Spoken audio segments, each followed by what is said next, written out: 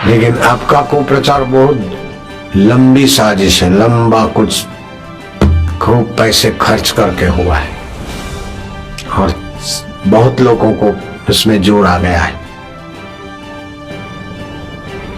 आपके कुप्रचार का शिकार न बने और जो टिक गया तो वही वो तो फिर पृथ्वी पर का देव है। हरिओम। 8 साल से लीगल टीम ने क्या किया? एक भी पॉजिटिव रिपोर्ट लाई है? इनको हटाएंगे तो ही बापूजी बाहर आएंगे, इसलिए लीगल टीम को बाहर करना पड़ेगा।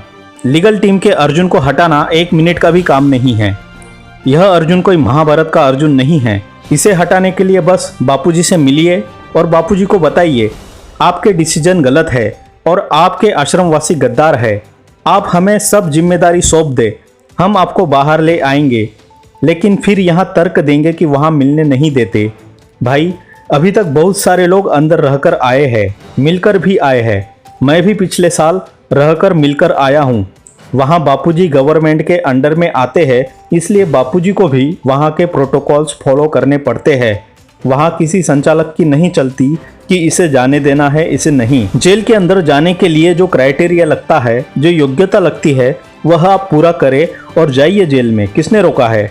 लेकिन वह तो करना नहीं है, क्योंकि दामन पर दाग लगेगा और असली मकसद तो यह करना है ही नहीं, बस साधक बनकर साधकों के ब्रेन वॉश करना है। अगर बापूजी आपकी बातों से सहमत हो गए और आपको जिम्मेदारी देते हैं तो हम सब भी वैसे भी आपके साथ खड़े मिलेंगे। और आपने 8 साल में क्या किया? संकल्प सभा नाम रखा, लेकिन कभी भी बापूजी के स्वास्थ्य या रिहाई के लिए संकल्प किए? न खुद किए न औरों को कराए, बल्कि इससे विपरीत संकल्प करने वालों को भी संकल्पों से विमुख किया।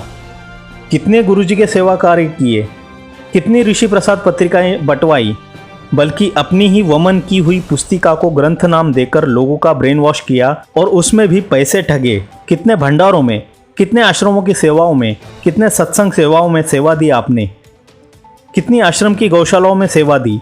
बस लोगों को एनी हाउ कन्विंस करके आश्रम विरोधी बनाने का प्रयास ही किया। 8 साल में कितना गुरुजी के ज्ञान का प्रचार किया। बड़े वकील। भाई, आपसे ज़्यादा बापूजी को पता है किसे रखना है। राम जेठमलानी भी जब बापूजी की पैरवी करने आए थे, तब उस समय वहाँ की जज खड़ी हो गई थी और बताया कि आज उसका सौभाग्य है कि इतने बड़ी वकील के सामने वह बैठी है और पैरवी करते देखेगी। लेकिन यह षड्यंत्र पूरा सेट है। वकील वकील होता है और जज जज होता है। वकील जाकर जज का गला नहीं पकड़ सकता कि आप बिके हुए हैं।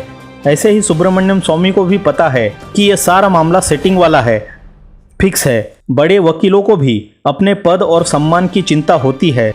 पता होता है कि जज कैसा है और वे भी कहीं न कहीं किसी प्रेशर में हो सकते हैं, तो जानबूझकर अपना नाम खराब नहीं करेंगे। और बीजेपी के मंत्री भी है तो उनके इंटरनल भी कुछ इश्यू हो सकते हैं।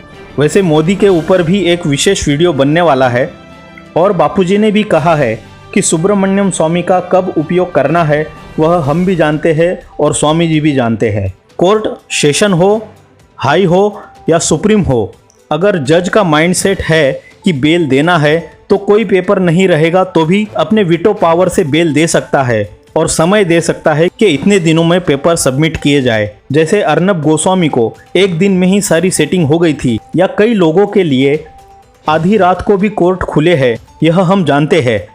हम निर्दोष होते हुए भी ऐसी सेटिंग नहीं कर सकते, क्योंकि बापूजी अपने ही सिद्धांतों का गला घोटना नहीं चाहते। सेटिंग से ही अगर बाहर आना होता तो अरेस्ट भी नहीं होते, पहले ही सब सेटिंग हो जाती। आगे बात आश्रम में 40 नाग पाले हैं, बापू खुद बोले हैं। तो भाई, बापू 40 नाग पाले या 400 नाग पाले या 4000 एनाकोंडा पाले, उनको रखना या हटाना आपका हमारा विषय नहीं है। बापूजी का ही अधिकार है किसे रखना है या नहीं। और अगर बापूजी ने जानते हुए रखे हैं तो उनके निर्णयों की अवहेलना करना शिष्यत्व नहीं है। रामा के कपड़े बदलवाए कि नहीं, बापू ने ये आज्ञा की पूरी हुई कि नहीं, आश्रमवासी आश्रम के गुरु के आज्ञा से काम करते हैं या नहीं। Who the hell are you? आप होते कौन हो पूछने वाले? क्या इनका रिपोर्ट कार्ड लेना, इनका ऑडिट करना गुरुदेव ने आपको ये आज्ञा दी है? अगर करना है तो आ जाओ, समर्पित हो जाओ।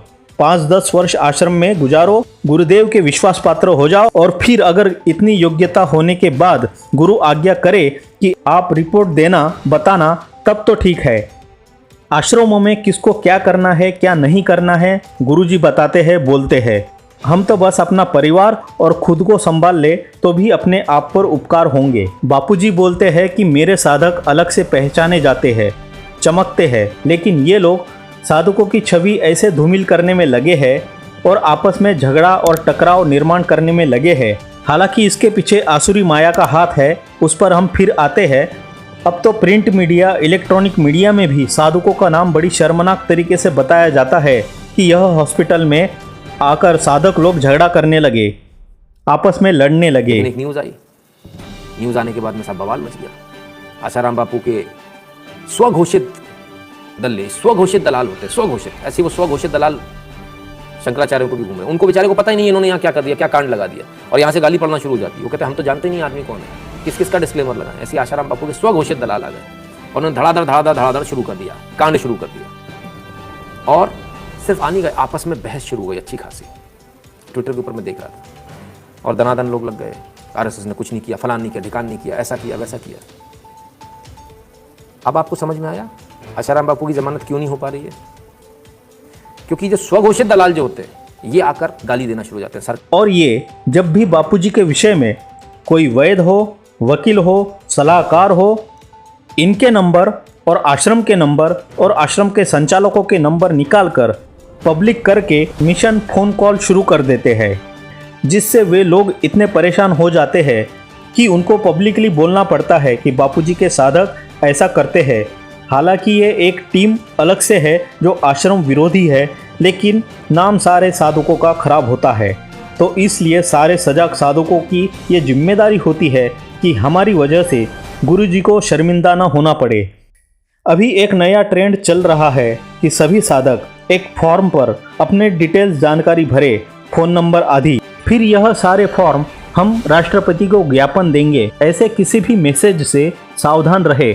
यहाँ आपका डाटा कलेक्ट किया जा रहा है, फिर आपके नंबरों को उनके ग्रुप में ऐड करके ब्रेन वॉश करना चालू हो जाएगा, या फिर कुछ अलग कहीं इस्तेमाल भी हो सकता है, बैंक फ्रॉड आदि में।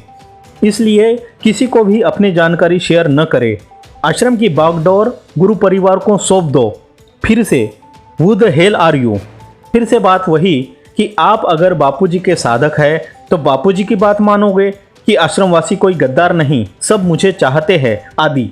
और अगर आप भारती देवी के भक्त हैं, शिष्य हैं, तो उनकी ही बात मान लो कि हम अलग, बापू अलग, हमारा कोई संबंध नहीं। फिर भी अगर वे चाहते हैं कि हम आश्रम संभाले तो आप उनको बोलिए कि बापूजी से बात करके आप बागडोर संभाल ले, फिर बापूजी आगे जैसा बोले। आश्रम पर दबाव बनाओ। बापूजी को एम्स क्यों ले गए? करवट ले जाओ। भाई बापूजी बोले कि मुझे करवट जाना है तो प्रोसीजर से ही जा सकते हैं, तो फिर हमारी आपकी ताकत ही नहीं।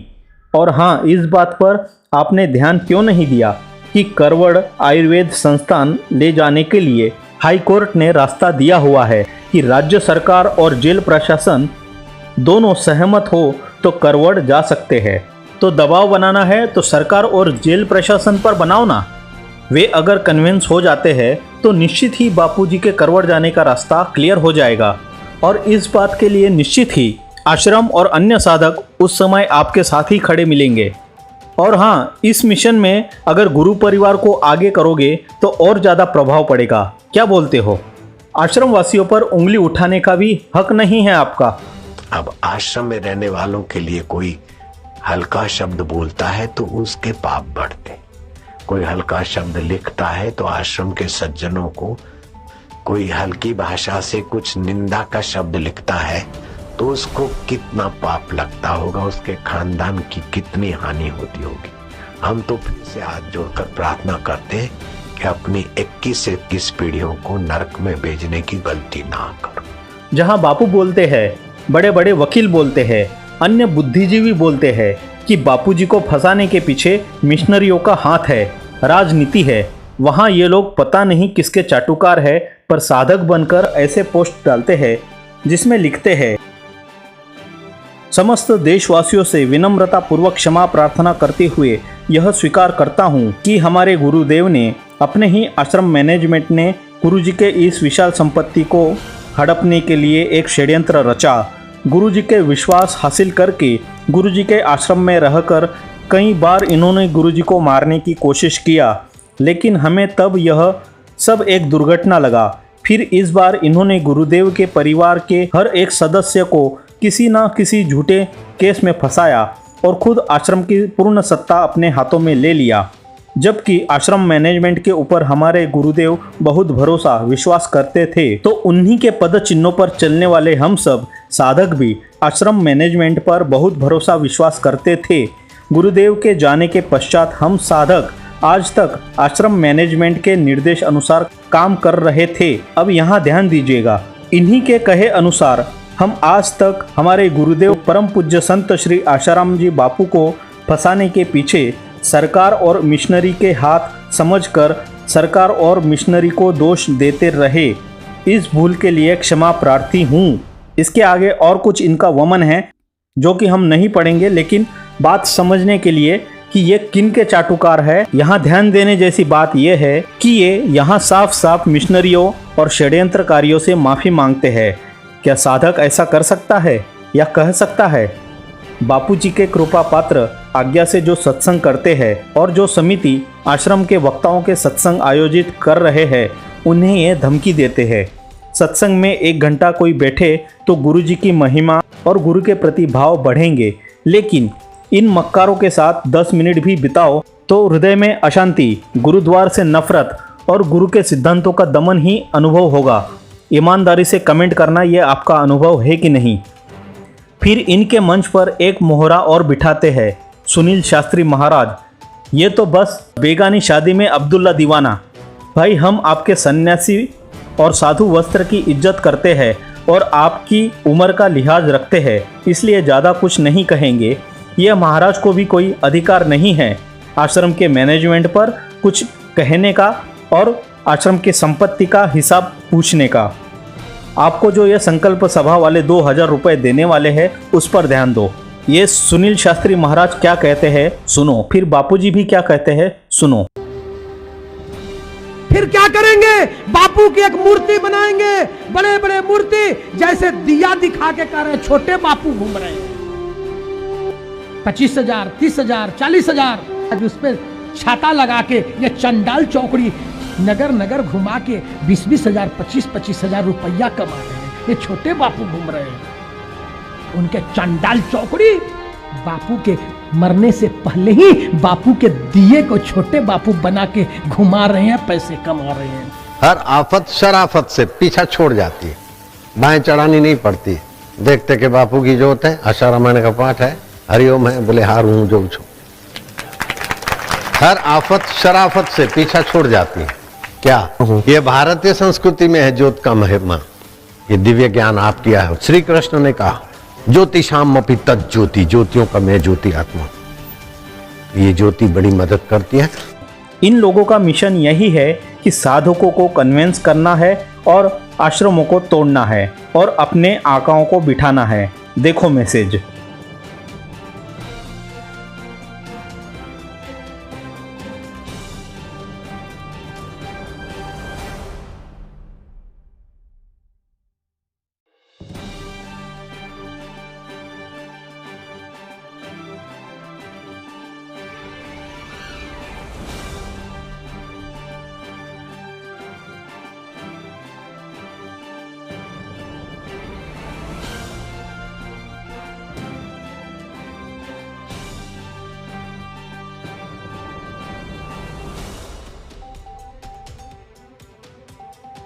क्या आप अपने विवेक का इस्तेमाल नहीं कर सकते?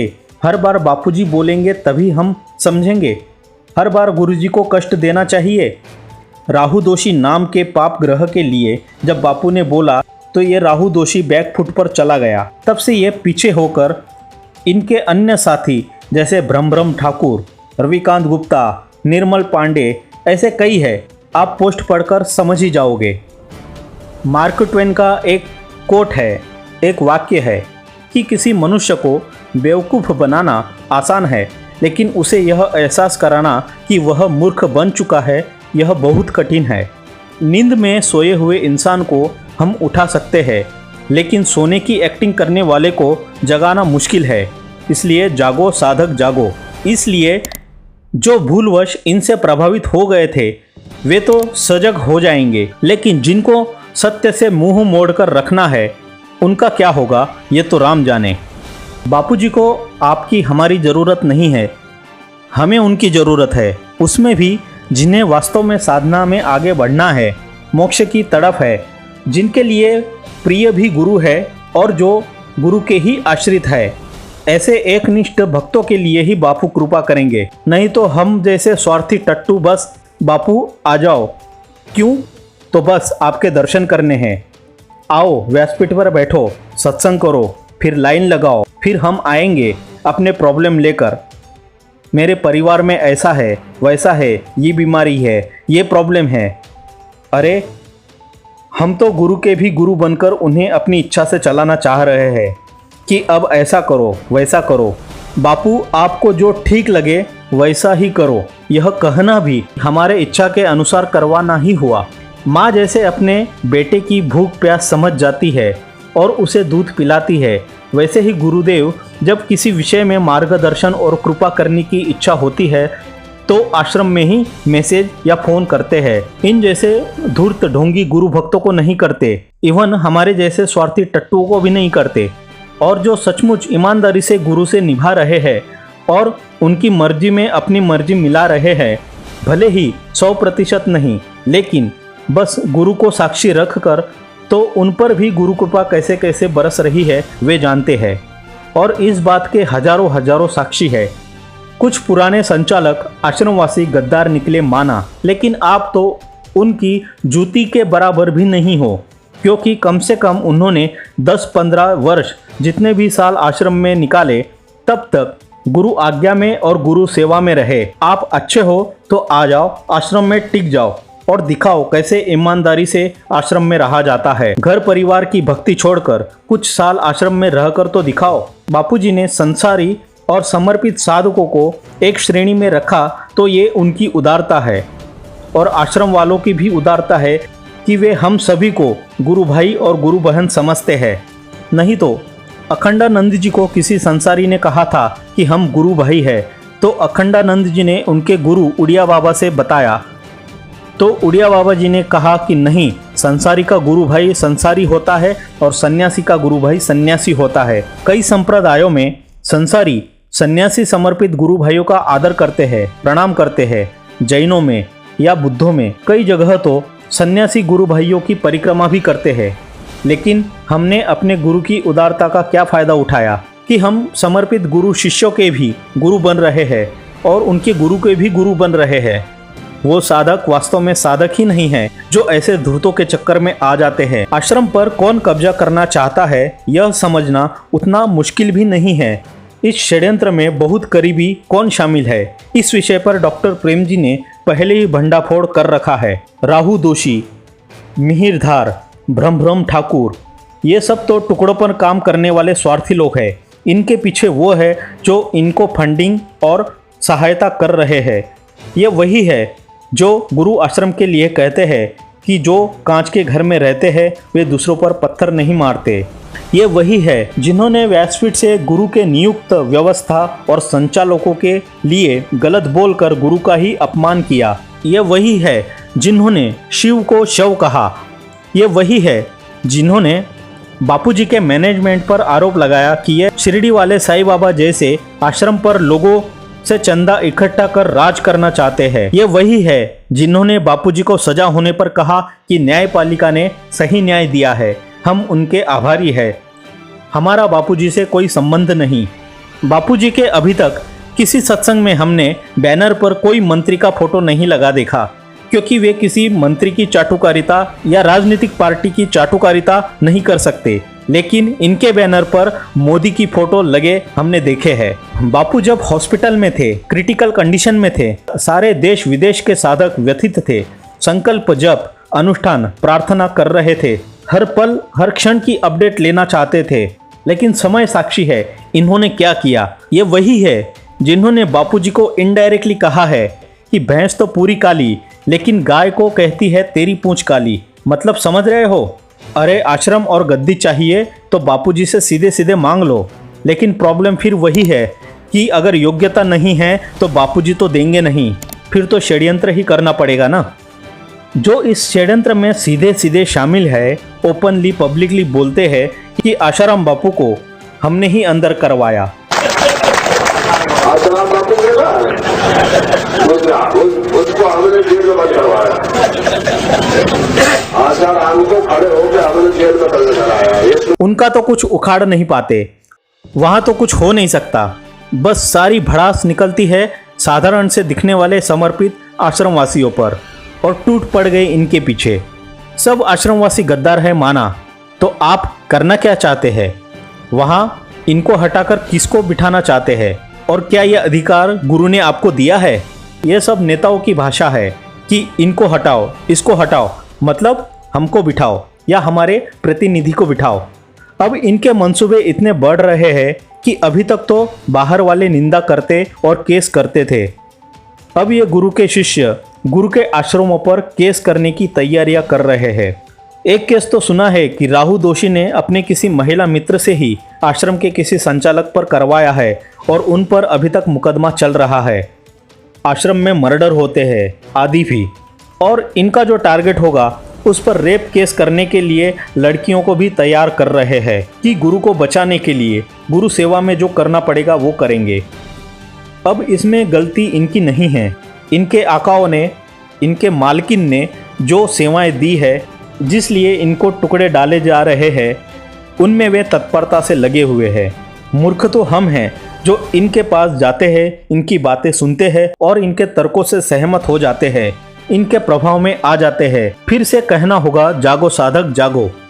ये अपना काम एक ऑर्गेनाइज तरीके से कर रहे हैं। पोस्ट वाले पोस्ट बना रहे हैं, सोशल मीडिया वाले सोशल मीडिया पर लगे हैं, फेसबुक वाले फेसबुक पर लगे हैं, जूम मीटिंग वाले जूम मीटिंग में लगे हैं, डायरेक्ट कॉल करके लोगों को इन्फ्लुएंस करने वाले डायरेक्ट कॉल पर लगे हैं। मूर्ख तो हम हैं जो इनको अटेंड करते हैं, इनको एंटरटेन करते हैं और इनके चक्कर में फंस जाते हैं। रामायण का प्रसंग याद है? हनुमान जी जब राम जी की सेवा के लिए संजीवनी लेने निकले थे तो रावण का एजेंट कालनेमी हनुमान जी को राम जी की सेवा में विघ्न डालने के लिए खड़ा हो गया और ऋषि का वेश बनाकर जैसे बहुत बड़ा राम जी का भक्त है, राम की दुहाई गा रहा था, राम जी के गुणगान कर रहा था। इतना सत्य लग रहा था कि हनुमान जी जैसे भी प्रभावित हो गए कि यह कोई सच में बड़ा राम भक्त है।